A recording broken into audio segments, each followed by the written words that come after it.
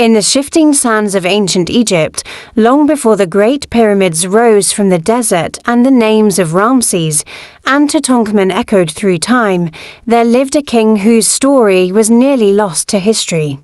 His name was Semerkhet, a ruler from the First Dynasty, a time so ancient it's closer to the invention of writing than it is to Cleopatra. And yet, despite the mystery that surrounds him, what we do know is chilling. King Semerkhet's reign is said to have been cursed. Who was this mysterious pharaoh? Why did later generations describe his rule as disastrous? And why were some of his inscriptions, a pharaoh's eternal mark, scratched out as if someone wanted him forgotten? Let's journey back over 5,000 years to uncover the strange and shadowy legacy of King Semerkhet.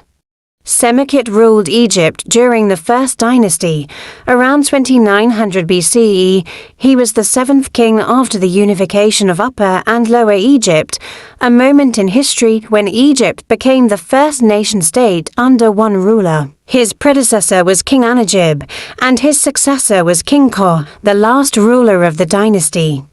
Semerkhet's name in hieroglyphs, Semerkhet, means something like companion of the divine body, a name filled with religious meaning and spiritual symbolism, suggesting a strong connection between the king and the gods. But there's a strange contrast between the meaning of his name and the stories that survived about his reign. We know of Semerkhet mostly through archaeology. His tomb in Abydos, an ancient royal necropolis, tells us part of his story. His burial place was impressive, a large underground chamber filled with artifacts. Ivory tags, seals, and official records show he had a functioning government. But his tomb is missing something: the hundreds of subsidiary graves that surrounded the tombs of earlier kings. These were the graves of servants buried with the king to serve him in the afterlife. Semerkhet's tomb had fewer than 10. Why was Egypt changing? Had people started to question this practice? Or was Semerkhet simply not powerful enough to demand such loyalty and death? But the strangest detail lies in how later Egyptians remembered him.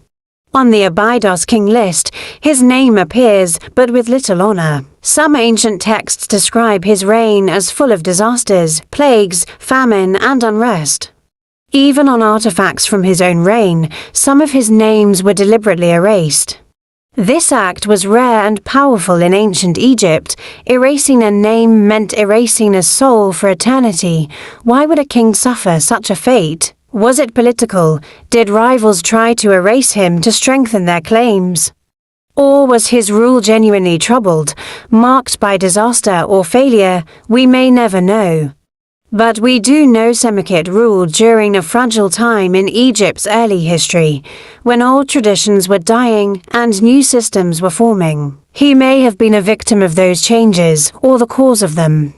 After his death, King Ko brought back stability. It's possible that Semerkhet's troubled reign led to reforms that shaped the future of the Egyptian state. Despite being nearly forgotten, his rule left a shadow that lasted centuries. Today, Semerkhet is a symbol of how little we know about Egypt's earliest kings, rulers who lived before pyramids, before mummies, before most of what we call ancient Egypt. He reminds us that history is shaped not just by glory, but by mystery.